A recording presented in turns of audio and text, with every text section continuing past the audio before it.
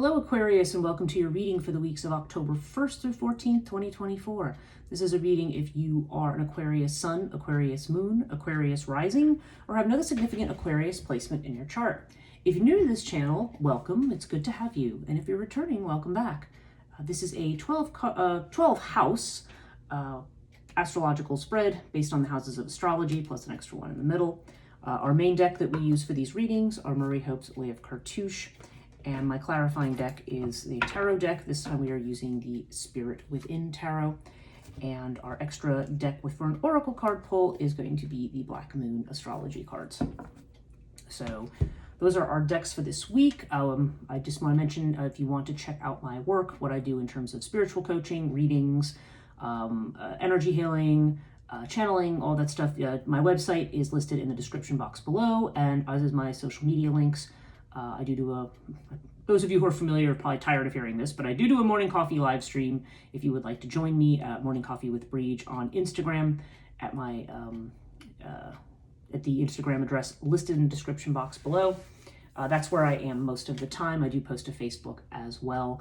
But that particular live stream, I do a daily tarot reading and talk a bit about astrology and other and topics related to spiritual coaching and messages and so forth. So yeah, so anyway, there's all our business out of the way, and we'll talk about this month's astrology very briefly because October has a very active astrology this month. We've got the solar eclipse on the 2nd, so this is going to be released probably by the 1st. You'll be seeing it if you're seeing it when it first comes out. You might be seeing it later, but this is, yeah, but we've got the solar eclipse in Libra. We started the 1st with a grand water trine in the, let's see, it's in the 12th, 8th, and 4th houses. So that's actually a nice little trine because we have Saturn in Pisces, we have Venus still in Scorpio, and then we have Mars in Cancer. Of course, some of these things, especially Mars is going to create a lot of trouble this month.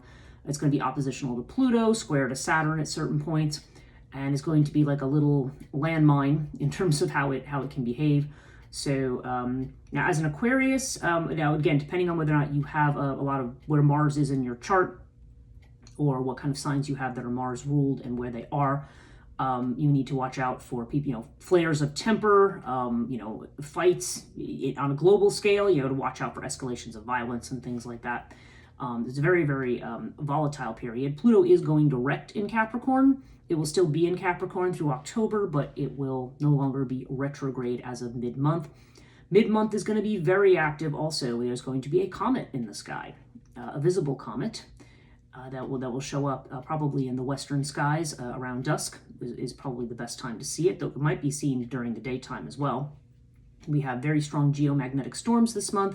We have a so-called second moon, which is an asteroid. There's a little asteroid that is following in the moon's orbit right now. So we've got that out in space that now kind of intersecting, and it's not visible to the naked eye, but it's being referred to as a second moon. And there's also a potential for a supernova this month that might be visible as well. So all of these things, as it was pointed out on at least one of the astrology channels I follow, I think it was best expressed. It said this is almost, this person as an astrologer doesn't always know what this stuff means, but they certainly do know what omens are. And it seems to be there's a lot here that's heralding major change. So yeah, so hold on to your hats this month, and just remember to take a deep breath and remain patient with a lot of things, because there's going to be a lot of changes, a lot of things uncovered, a lot of awakening. And this is just across all signs. Oh, we have the 4 gas giants too out in the solar system. So you've got Jupiter, Saturn, Uranus, and Neptune are all going to be in alignment. Their orbits are all going to be in alignment as well. So yeah, all this stuff is the kind of stuff that creates really major change. So, and I'm sure I'm missing something. I know the full moon this month is also in Aries. And we have some other alignments. Jupiter retrograde is going to line up with Mars. They're going to be conjunct, and that's a very, when that aspect historically has happened, it's usually brought massive events. I want to say, I'm trying to remember what the last thing was. I feel like it was the beginning of one of the world wars, but I don't want to assume anything negative here. I think Jupiter with Mars can also fuel positive change as well. But Jupiter is retrograde and it's going to be in the 7th house. So this may have to do with relationships or relationships with allies, friends, people we're connected with. So anyway, quite a bit of astrology this month. So I just wanted to flesh that out before I got into your individual reading for this first half of the month. Now, okay, so and speaking of what I was saying about the 7th house, you do have the water card in the 7th house with the 10 of Swords. So water does seem to indicate changes to a relationship of some kind. Now, 7th house is Libra, and this can be a marriage, this can be a business partnership, this can be some other kind of close arrangement that you have where there might be some kind of commitment, either whether it be a marriage commitment or some other kind of financial commitment, a contract with somebody or something. There seems to be some kind of shift and change, and there seems to be some kind of an ending. You have the 10 of Swords here. There may be some element where somebody might feel betrayed, potentially. Hopefully that's not the case. Hopefully that's a more extreme case. Remember, this is a general reading, so it's not necessarily going to apply for everybody, but we are definitely seeing something coming to an absolute and complete, something that is most definitely ended and over. So there seems like there's some kind of an alliance or relationship that may be changing, and I don't know if there's emotions involved with water, or maybe there's been a recent change, loss, or feeling of betrayal, and maybe things have felt stuck, and so maybe now this is going to be an energy of moving forward and moving on. So take that as it resonates. Now, if I look at your 5th house, which would have to do with relationships, normally I do this one last, but I'll do it first here. We have Scarab with the Emperor in your 5th house. So I don't know. Now, this is interesting because this would seem to indicate a new relationship and potentially with somebody. Emperor could be somebody of authority or importance, and can also be somebody who's Aries, because this is definitely associated with the sign of Aries. But we're also seeing this ending here. So I don't know. I don't know if a new love affair is beginning because maybe some other kind of relationship is ending. I mean, that's possible here. Because this is definitely showing some kind of a new beginning with somebody. So so take this as it resonates. But this looks like somebody who is very kind of very powerful, very much in control, had usually strong leadership qualities when we see the Emperor. And you never know, on in a worst case scenario, it could be somebody who's a bit controlling, but we are seeing it with Scarab here. So Scarab does represent either some kind of a new beginning or a change. For some people, this could be the birth of a child as well, because it's a new beginning in the house of children. Could also be a new creative project or something that you're doing. But, this could be you taking charge of things with the Emperor. But I feel like for some of you, this is going to be some kind of a new beginning with this person. So very interesting to see this. I don't know. Maybe this is a new beginning that's going to feel like a betrayal to somebody else. And do remember, I mean, we're talking about this in terms of love, but if you're, in a stable relationship, or you say, I don't really feel like that applies to me, it does seem like, I don't know, there's something going on here. There's some kind of a change. And again, this just might be a very specific message for somebody. But there's something in a relationship that's going to feel like a betrayal. I don't know. Maybe it's somebody who's betrayed you and you've just said, I'm going to make a new alliance or a new arrangement. So take it as it resonates, but that did jump out at me as one of the first things.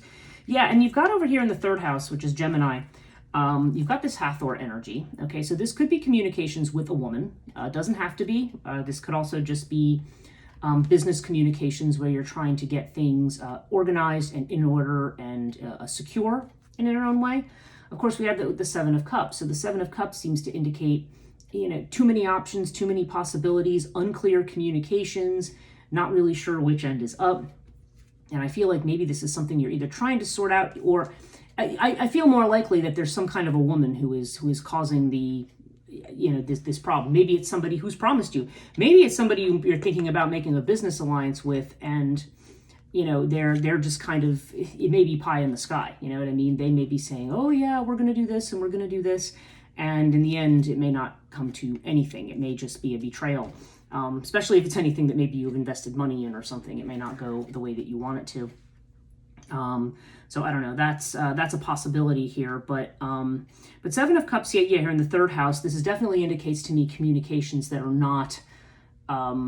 There's something illusory about something that you've been told, or there just seems like there's too many possibilities, and you're not really able to sort out what's real right now. We also have the 7 of Swords in your home sector. So this almost feels, see, I'm talking about business, but this feels like this is around home and family. because we've got this sneakiness over here. We've got the Seven of Swords energy in your home sector. And with Sirius seems to indicate there's been a sense of taking the rough with the smooth lately. You know, that there's been things that you've been trying to work out or work through. Again, this also could be about a business that you're running from home. So that's a possibility too. But it is also in the area of like siblings, family, and the mother. So that's why the fact that I see the Seven of Cups so close to the Seven of Swords here, I feel almost like for at least some of you, this is going to be a family drama that's going on. I have a feeling it's going to depend on where some of this planetary action this month, what house it's in for you. So these seem like they're going to be some different possibilities here. But this is the idea of somebody not being on the up and up with you. Like, and where there could be a stabbing in the back. Like maybe there's been an alliance if you have between somebody who's been a partner with you and maybe somebody in your family. Maybe they've been doing something behind your back that you don't know about. I don't know. There's something here about it's sabotaging kind of energy with the Seven of Swords, and especially next to the Seven of Cups. I just feel like there's a situation here where, you just don't. You've been weathering a lot of stuff, and but there's something going on that you're not being told about. Okay. I don't know. This is really interesting because I feel like this whole third, fourth, fifth, seventh, for somebody, I feel like this is a big family drama, or maybe the drama of, you and maybe your partner's been drawn into it as well. And, or maybe your partner's the cause of it in some cases. I don't know, but there's some kind of a drama that I'm seeing here. And the numbers 6 and 7 seem to be important over here, because you've got 2 6s here and 2 7s. So I don't know if this is something that you're going to find out about in another 6 to 7 days, possibly, but it could be 6 to 7 weeks too. But I just feel like there's some kind of drama here. There's something that's being uncovered. Now, if I look at your financial sector, the second house, this is you taking a risk. We have the Fool, and Thoth is saying it's definitely prime time to take a risk. It's time for you to break out and to do something. So, there's definitely something about timing. This could even be money that's coming to you from something legal. Maybe that's what some of this has to do with. I don't know. If I look at where the legal sector is, because actually 7th house. Now that I think about it, I mean, I usually think of 9th house as legal, but this can also be about legal matters. So maybe you feel like somebody's trying to screw you out of something that legally you're owed. That's a possibility here.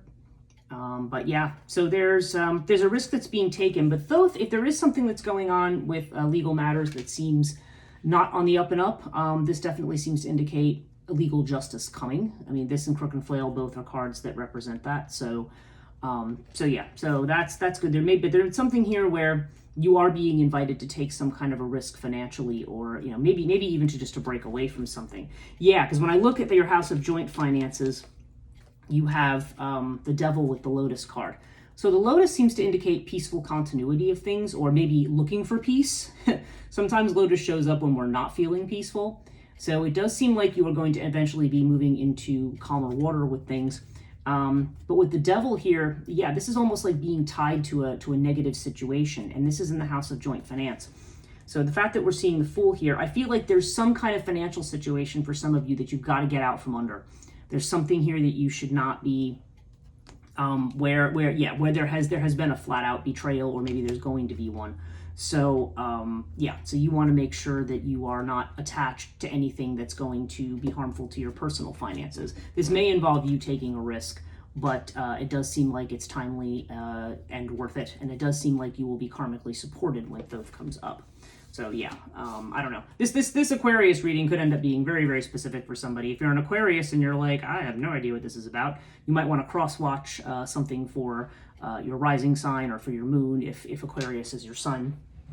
But something about this just feels very specific. So, but you know what? I never know. Sometimes I think that when I do readings and people contact me, I'll have 5 people contact me and go, oh no, that sounded like it was for me. And when it seemed really specific. So who knows? Okay, so overall, so now we look at your first house here. Now you've got Anubis with the Queen of Cups.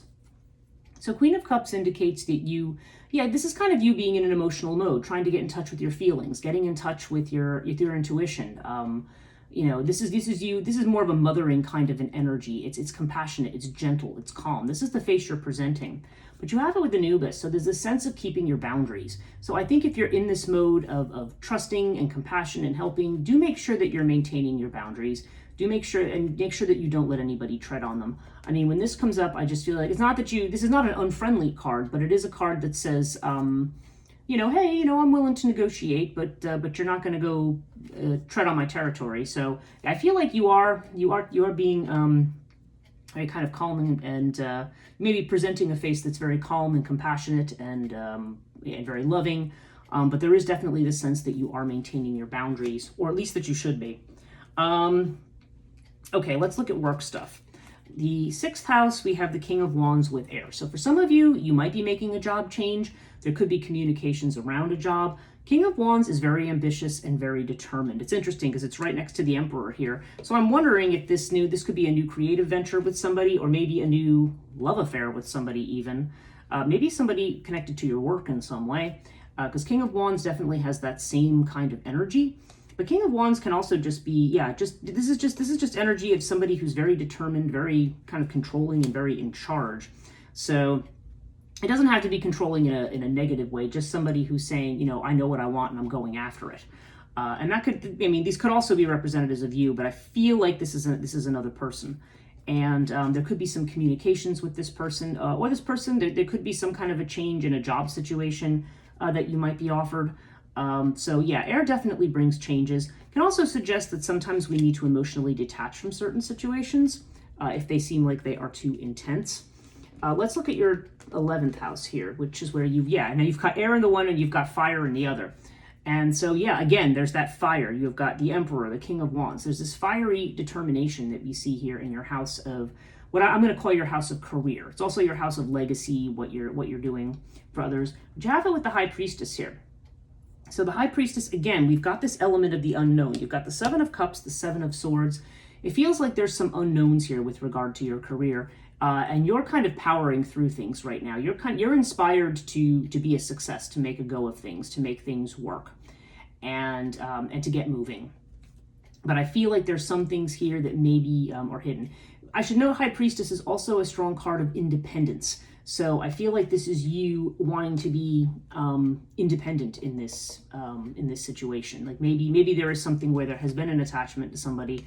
Again, this could even be a business partnership. It doesn't necessarily have to do with marriage, but you know what I mean. There could be an entanglement with spouse, marriage, family.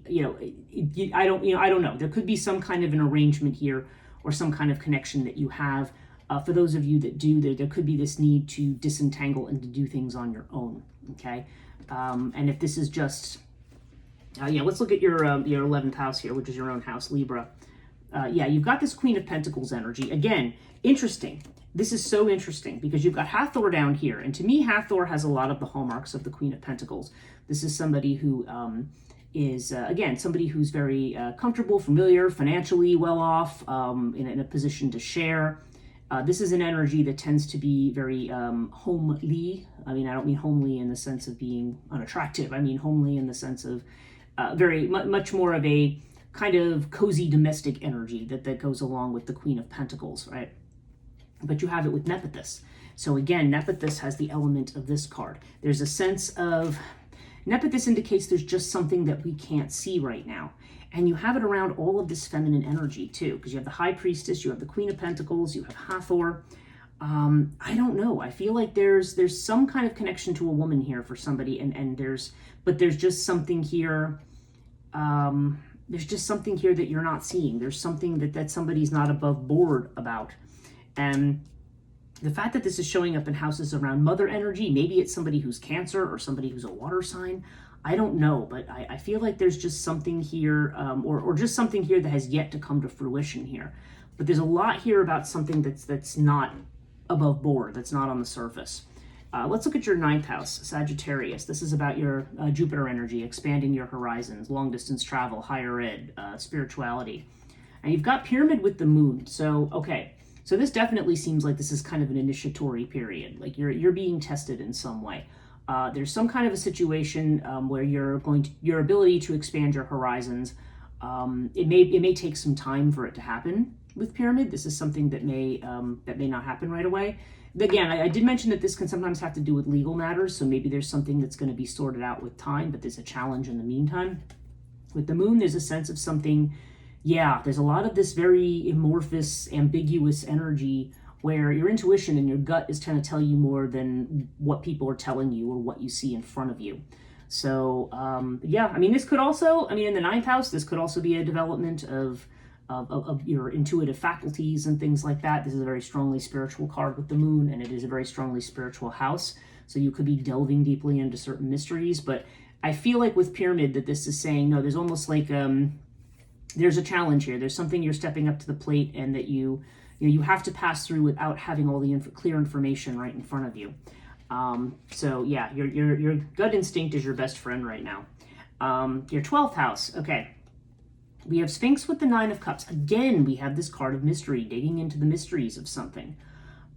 This is so interesting that you have all these cards of secrecy and mystery throughout your reading. But you have it with the 9 of Cups. So 9 of Cups has to do with wishes being granted, but also in the sense of it being personal satisfaction. Okay, 9 of Cups has to do with you being satisfied with something, and it's almost like you feel like there's like your wish. This to me almost feels like their wish. There's something that's just out of reach, or something again, the idea that there's something hidden. You definitely intuit this in the 12th house of Pisces, but this is also the house of self-undoing. So we may be really focused right now on getting what you want, but this may be a time where you want to wait and see where certain things go. Sphinx is always a card of non-action to me. So, and I don't know, I think what you're waiting for, you're waiting to see if you're going to get what it is that you want here. Okay. Now, overall, you've got Ta, which is the strong Capricorn energy. This is you being strong, steady, persistent, building something. It's still kind of telling you this is a time of still building things, brick by brick, step by step. But you got the 9 of Wands here, so you're pretty drained and worn out. There seems like this is other energy around here. Maybe opportunities, maybe they're around family, maybe they're around loved ones. Maybe these are just people who you've collaborated with in your career, but where maybe you're feeling betrayed right now, and you're ready to break away, take a risk, do something on your own, not in connection with somebody else, because somebody here has been screwed over. I can tell that from looking at this.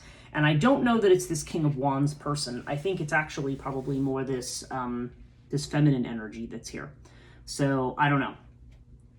Take that as it resonates for you. But with the 9 of Wands as the overall, it's basically saying, be persistent, push through to the finish line, because I think, whatever's going on right now, the energy of October is definitely going to bring some things to light, I think. But it just may be that you may be aware that something's not quite above board in the first part of October, and I have a feeling by the second half, we'll be doing your reading and seeing that you have more information. Yeah, we've got water element here. Here's your extra card. And this just means go with the flow for right now. Okay, so yeah, let matters flow, because there's a bigger picture here. And I feel like whatever's going on immediately right now, you need to take care of you. That seems to be one of the primary messages here. And in taking care of you, you need to there, like I said, there may be some connections that you need to cut, or there just may be, you may just need more information in order to be able to move ahead. But there's definitely a move here towards independence on your part if there has been some kind of a toxic partnership or relationship. Again, whether this is falling into your work sector, your family sector, or your love sector, all of these things are possible.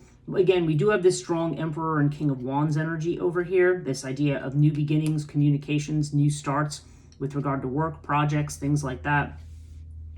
Maybe even love for some of you. But yeah, there's something new that is brewing here after something that feels like a betrayal. And so right now, yeah, you may not be quite sure how to move forward, but definitely the two things that we can be sure of here is, maintain your boundaries, focus on doing things independently, because I think that's where you want to be right now. And also just take care of yourself. I think those are the essential messages here. Thank you so much for watching, Aquarius. If you did find this reading helpful, please give it a thumbs up, subscribe and hit the notification bell if you want to be notified about future videos. Thank you for watching, and we'll see you in the middle of the month.